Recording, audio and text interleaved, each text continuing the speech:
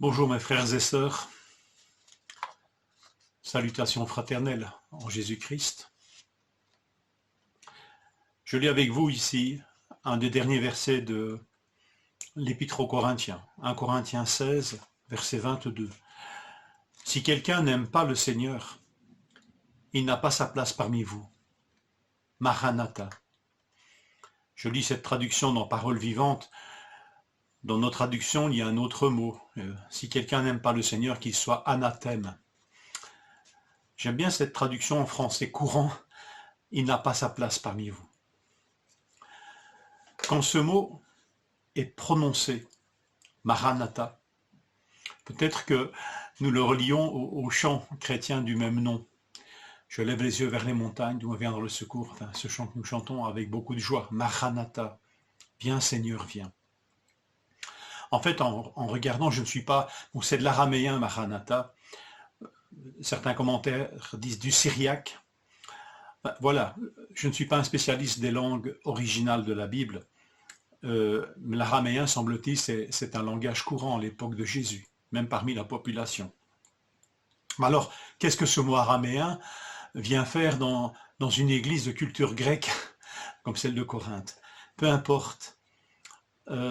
Dans nos pages, nos commentaires qui sont en dessous de nos bibles d'études, je lis que ce mot araméen, transcrit comme ça, tel quel dans le grec, peut dire Seigneur, le Seigneur vient. Peut aussi se traduire par Seigneur vient. Et si on divise le mot d'une certaine manière, il peut même être rendu par le Seigneur est venu. Alors, s'il y a des spécialistes pointus qui sont en train de dire que je fais une erreur, qu'ils me pardonnent. Mais voilà, en tous les cas, cela me parle et j'aimerais vous partager ces trois dimensions possibles de ce mot. Le Seigneur vient, le Seigneur est venu. Une vérité attendue, le Seigneur vient. C'est une vérité, il vient. Repensons donc à toutes ces paraboles des ouvriers embauchés qui se divisent en deux catégories, ceux qui persévèrent parce qu'ils attendent le maître qui a dit qu'il revenait, et ceux qui travaillent de moins en moins, de plus en plus mal, se mettant même à battre leurs compagnons, comme dit un des textes d'une des paraboles de Jésus, parce qu'ils n'attendent plus le retour du maître. Pourtant, il vient. Repensons aux vierges folles et aux vierges sages. Certaines attendaient et d'autres plus. C'est une aspiration. Le Seigneur vient, point d'exclamation, pourrait-on dire. Une aspiration qui alimente notre vie de prière. Venant tout droit de notre espérance, Seigneur, viens. Viens rétablir toutes choses, viens accomplir ton salut. Viens nous réunir avec toi, viens établir ton règne. Viens nous faire entrer dans la vie véritable. Et enfin, le Seigneur est venu, c'est un rappel de sa venue. Et notamment par la scène. Je lis ceci dans 1 Corinthiens 11, 26. En effet, toutes les fois que nous mangeons ce pain et que nous buvons cette coupe, nous annonçons la mort du Seigneur jusqu'à ce qu'il vienne. La scène est un repas d'espérance tourné vers cette vérité. Le Seigneur vient.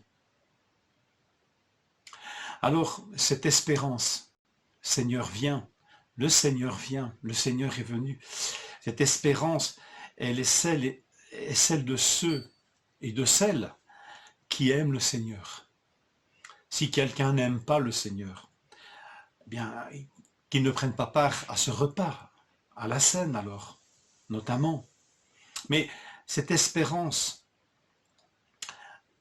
et qui pointe sur ceux qui aiment alors, positivement, ici c'est ceux qui n'aiment pas, mais donc on peut supposer qu'il y a ceux qui aiment.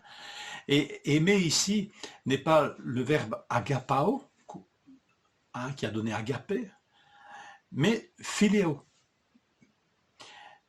Et ce verbe philéo nous rappelle le saint baiser du verset 20. Saluez-vous les uns les autres par un saint baiser. Le baiser, c'est philéma.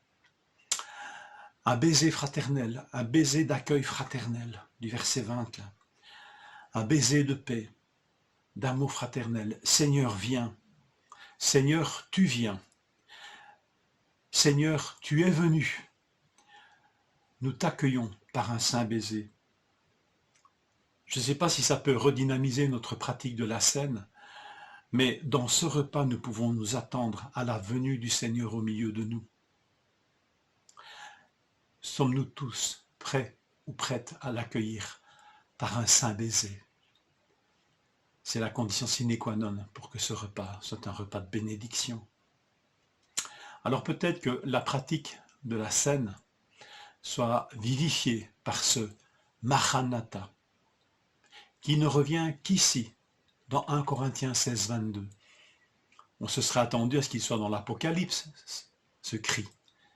Mais il est dans l'Épître aux Corinthiens, une épître adressée à une église telle que la nôtre, incarnée dans son quotidien, et qui pourtant s'écrit, peut-être plus particulièrement au moment de la scène, Maranatha, Seigneur viens, Seigneur tu viens, Seigneur tu es venu.